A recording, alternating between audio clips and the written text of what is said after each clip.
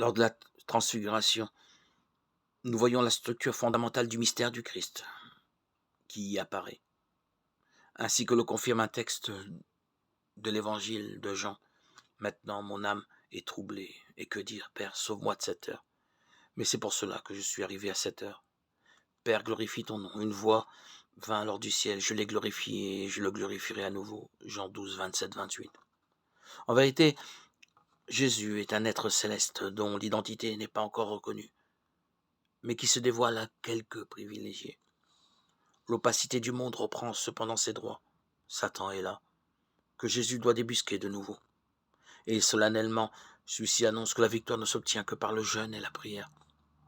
Ainsi, par 2 fois, le Christ a laissé entrevoir son propre mystère. Il a symboliquement fait entrer ses apôtres dans son mystère. Il leur a donné de percevoir la transcendance de son être céleste dans la fraction du pain. Ainsi, il annonçait sa résurrection, lui le pain de vie. Par cette entremise, cette manifestation où nous faisons mémoire de la mort et de la résurrection du Christ, où Dieu a donné sa vie pour nous racheter de nos péchés, il nous amène à le reconnaître comme le Messie, notre Seigneur et Rédempteur, le Sauveur de toute l'humanité.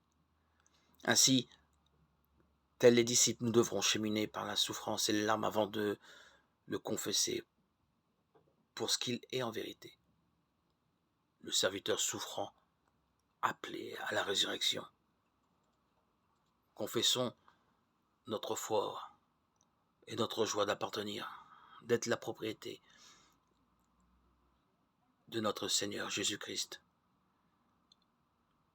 le maître de nos cœurs, le trésor de nos âmes.